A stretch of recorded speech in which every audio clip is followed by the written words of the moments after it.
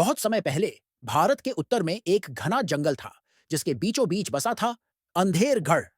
कहा जाता था कि वहां कभी एक अत्याचारी राजा वीरकेतु राज करता था।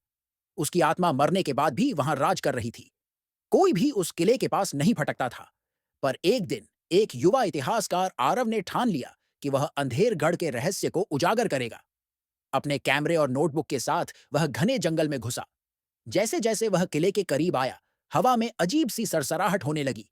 पेड़ भी मानो फुसफुसा रहे थे। किले के भीतर घुसते ही आरव को एहसास हुआ कि उसे कोई देख रहा है। दीवारों पर रक्त से लथपथ चित्र उकेरे हुए थे और राजा वीरकेतु की एक विशाल प्रतिमा खड़ी थी जिसकी आंखें लाल चमक रही थीं। आरव ने देखा कि प्रतिमा धीरे धीरे हिलने लगी है। पूरे किले में भूतिया सैनिक घूम रहे थे जो अजीब भाषा में कुछ बोल रहे थे। वह भय से भागने लगा, पर हर बार दरवाजा गायब हो जाता था। तभी एक वृद्ध साधु उसे मिला। साधु ने कहा, तू यहां क्यों आया है बालक? यह भूमि राजा वीरकेतु की है। उसे हर 100 वर्षों में एक जीवित आत्मा चाहिए अपने शासन को बनाए रखने के लिए। आरव कांप गया। साधु ने उसे एक तरकीब बताई। राजा केवल उसी को छोड़ेगा जो अपना सबसे प्रिय त्याग दे। ट्विन ने अपने साथ लाया हुआ एक लॉकेट उतारकर जमीन पर फेंक दिया, जिसे उसकी मां ने उसे बचपन में दिया था। राजा वीरकेतु प्रकट हुआ और मुस्कुराया।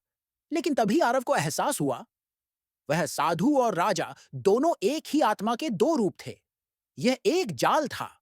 लॉकेट असल में आरव की आत्मा को बांधे रखने वाला ताबीज था। जैसे ही उसने लॉकेट फेंका, उसकी आत्मा राजा के बंधन में चली गई। अब आरव खुद अंधेरगढ़ का नया प्रहरी बन चुका था, जो अगली आत्मा आने का इंतजार कर रहा था।